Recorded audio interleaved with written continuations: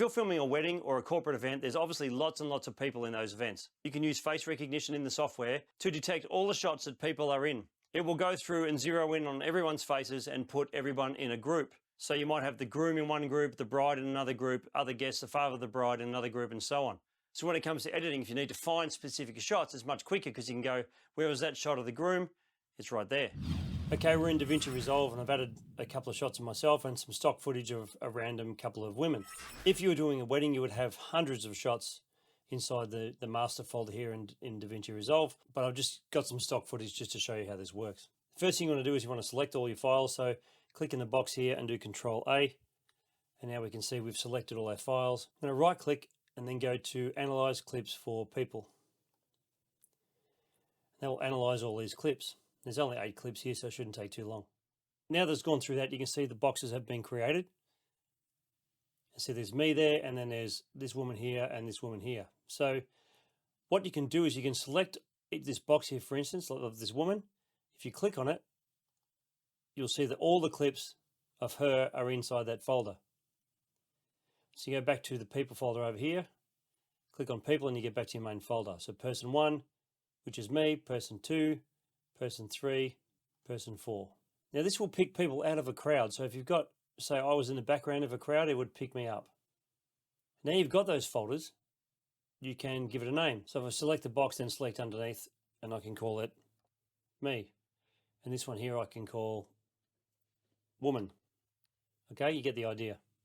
If you close this down, nothing much has changed. The whole point is to be able to find these files whenever you want. But the data is there already.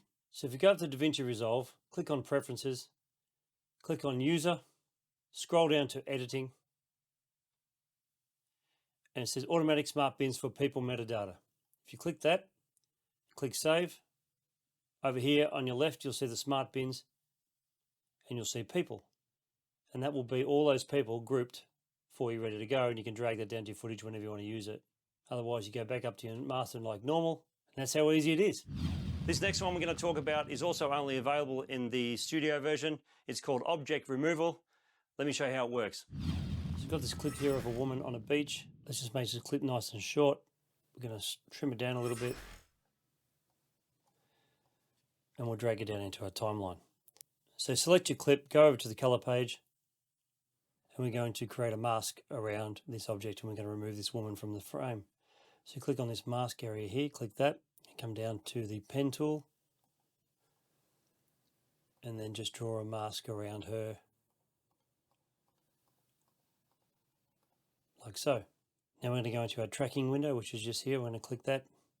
Make sure that when you did your mask, that your pointer was at the start. It doesn't really matter, it'll track both forward and back anyway. And just go to these 2 arrows down here and track it forward and back. If you scroll from start to finish, you can see that at the end point it's still tracked. Now you've done that, you go up to the top up here, right click and go Add Node, Add Serial Node. Go to Effects, type in OBJ to get Object Removal, drag that onto that second node, and then connect the mask to that footage using the blue dots just here like this. Because we've got motion, we're going to use Scene Analysis, which is just up here. So click on Scene Analysis to analyze the movement of that scene.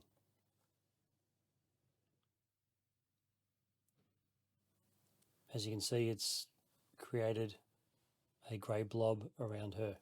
And then once you've done that, scroll down to Build Clean Plate.